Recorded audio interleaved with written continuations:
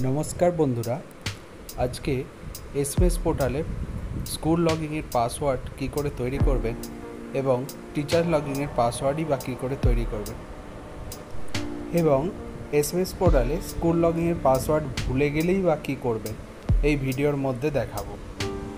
তাই বন্ধুরা ভিডিওটা স্কিপ না করে পুরোটা দেখুন। চলুন সময় নষ্ট না করে ভিডিওটা শুরু করা যাক। প্রথমেই SMS portal login school select করব। এখানে ডাইস কোডের জায়গায় আপনার নিজের স্কুলের ডাইস কোড দেবেন এবং পাসওয়ার্ডের জায়গায় ডিফল্ট পাসওয়ার্ড দেবেন। তারপরে এই নিচের যে ক্যাপচাটা দেখতে পাচ্ছেন এই ক্যাপচাটা এই জায়গাটায় পুট করবেন।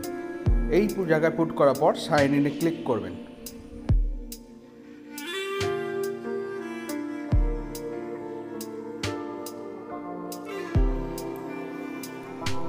সাইন ইন করার পর চেঞ্জ পাসওয়ার্ড ইন্টারফেস আসবে।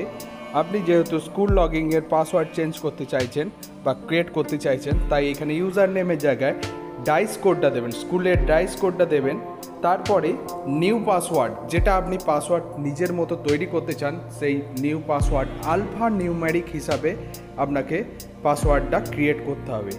প্রথমে একটি বড় হাতের লেটার, তারপর ছোট হাতের লেটার, স্পেশাল সিম্বল, তারপর নাম্বার দিয়ে নিচে চেঞ্জ পাসওয়ার্ডে ক্লিক করবেন।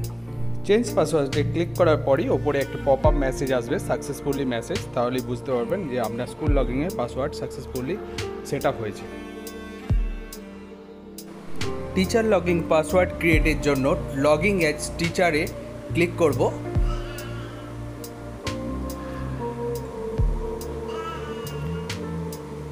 ক্লিক করার পর ডাইস নাম্বার, স্কুলের ডাইস নাম্বার এই জায়গাটায় পুট করব।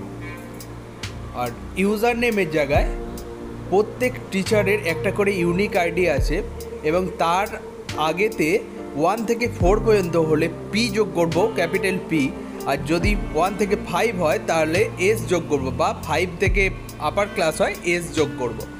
এবং পাসওয়ার্ডের জায়গায় ডিফল্ট পাসওয়ার্ড স্কুল